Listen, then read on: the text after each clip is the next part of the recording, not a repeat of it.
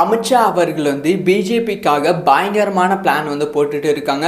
2024 நாடாளுமன்ற தேர்தல் ஒரு பயங்கரமான விஷயம் பிஜேபிக்கு எகெயின்ஸ்டா நடந்தது. அது சூப்பரா இம்ப்ளிமெண்ட்டும் பண்ணியிருந்தாங்க.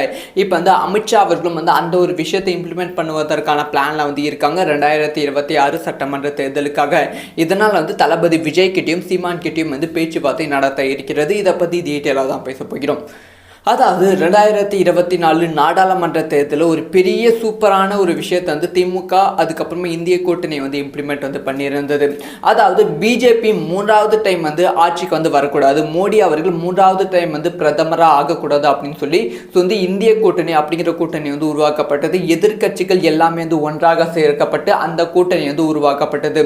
அந்த கூட்டணி பார்க்க ரொம்ப பலமான கூட்டணியாக இருந்தது. ஒரு பெரிய கேம்பெயினும் பண்ணியிருந்தாங்க. அந்த கூட்டணிக்கு தலைமை யாரு அப்படிங்கிற விஷயத்தை அறிவிக்காம அந்த கூட்டணி ரொம்ப ஸ்மூத்தா மூவ் பண்ணிட்டு இருந்தாங்க. அதுக்கு அந்த கூட்டணியை ஆரம்பிச்சிட்டு அப்புறமா எக்கச்சக்கமான பிரச்சனைகள் கூட்டணிக்குள்ள இருந்தாலுமே அது ஸ்மூத்தா அந்த கூட்டணி மூவ் பண்ணாங்க. அது வெற்றி கூட்டணி கேட்டால் கிட்டத்தட்ட வெற்றி கூட்டணி தான். ஸோ பிஜேபி கொஞ்சம் ஆட்டம் காணது. ஸோ பிஜேபி கொஞ்சம் அச்சப்பட்டது. அதே சமயம் தேர்தலையும் ஒரு பெரிய இம்பாக்ட் அந்த இந்திய கூட்டணி உருவாக்கியது. இப்போ என்ன மேட்டர் கேட்டிங்கன்னா, அந்த ஒரு விஷயத்தை தான் இப்போ அமித்ஷா அவர்களும் இம்ப்ளிமெண்ட் பண்ண போகிறாங்க. மீண்டும் திமுக ஆட்சிக்கு வந்துடக்கூடாது, திமுக காங்கிரஸ் கூட்டணி மீண்டும் ஆட்சிக்கு வந்துடக்கூடாது தமிழகத்தில் 2026 சட்டமன்ற தேர்தலில். அதனால் இந்திய கூட்டணி எப்படி நாடாளுமன்ற தேர்தலில் பிஜேபிக்கு எகெயின்ஸ்டாக திமுக காங்கிரஸ் விடுதலை சிறுத்தை கட்சி அதுக்கப்புறம் மம்தா பானர்ஜி இந்த மாதிரி ஒரு பெரிய இந்திய கூட்டணி உருவானதோ எதிர்கட்சிகள் எல்லாமே ஒன்றாக சேர்ந்து, அதே மாதிரி திமுகவுக்கு எதிராக நாம் தமிழகத்தில் எதிர்கட்சிகள் எல்லாமே ஒன்றாக சேர்த்து தமிழக கூட்டணி பெருசாக ஆரம்பிக்க வேண்டும், உருவாக்க வேண்டும் அப்படிங்கிற பிளான்ல இருக்காங்களாம்.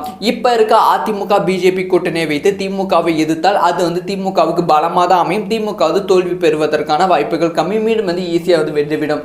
அதனால இப்போ இருக்க எதிர்கட்சிகள் எல்லாமே, அதாவது தேமுதிக பாமக அதையும் தாண்டி நம்ம திமுக தான் தன்னோட முதல் அரசியல் எதிரி அப்படின்னு சொன்ன தமிழக வெற்றி கழகம் அதுக்கப்புறம் நாம் தமிழர் கட்சி இவங்க எல்லாருக்கிட்டுமே பேச்சுவார்த்தை நடத்தப்பட்டு இருக்கு. பாமக கூட கூட்டணி கிட்டத்தட்ட உறுதியாகிவிட்டது. ஜூலை 7ஆம் தேதி இந்த கூட்டணி அறிவிக்கப்படும் அப்படின்னு எதிர்பார்க்கப்படுகிறது. அமித்ஷா அவர்கள் தமிழகம் வர இருக்கிறாங்க. அதை தொடர்ந்து தமிழக வெற்றி கழகத்துக்கிட்ட தொடர்ந்து பேச்சுவார்த்தை நடத்தப்பட்டு கொண்டு இருக்கு. தமிழக வெற்றி கழகம் சீட்டு பங்கீட்டில் கொஞ்சம் பிரச்சனை பண்ணி கொண்டு இருக்காங்க அப்படின்னு சொல்லப்படுகிறது. எங்களுக்கு 80 சீட்டு மேலே வேண்டும் அப்படின்னு சொல்லி தமிழக வெற்றி கழகம் கேட்டதாகவும், அதுக்கு நாங்கள் 30 சீட்டு தான் அதிமுக ஒத்துக்கிட்டு இருக்கு. ஆனால் கண்டிப்பாக 50லிருந்து 60 சீட் வேண்டும் அப்படின்னு சொல்லி தமிழக வெற்றி கழகம் கேட்டுக்கொண்டே இருக்காங்க. அதுக்கு அதிமுக பிஜேபி கூட்டணியும் என்ன பதில் சொல்ல போகிறது அப்படிங்கிற விஷயத்தை வெயிட் பண்ணி தான் ஆகணும். அது மட்டும் இல்லாமல் இப்போ நாம் தமிழர் கட்சி சீமான் கிட்டையும் இந்த பேச்சுவார்த்தை நடத்தப்பட்டு கொண்டு இருக்கு அப்படின்னு சொல்லப்படுகிறது. ஸோ அமித்ஷா அவர்கள் நினைத்த நடந்து விட்டால், அதாவது தமிழக வெற்றி கழகம் நாம் தமிழர் கட்சி அதிமுக அதுக்கப்புறமா பாமக தேமுதிக பிஜேபி இந்த ஒரு மாபெரும் கூட்டணி உருவானால் கண்டிப்பாக 2026 சட்டமன்ற தேர்தலில் திமுக ஆட்சிக்கு வருவதற்கான வாய்ப்புகள் 1% கூட கிடையாது. மற்ற கட்சிகள் கூட வேண்டாம், தமிழக வெற்றி கழகம் இந்த பிஜேபி அதிமுக கூட்டணியில் இணைந்தாலே அது அதிமுக பிஜேபி கூட்டணிக்கு மிகப்பெரிய பலம் தான்.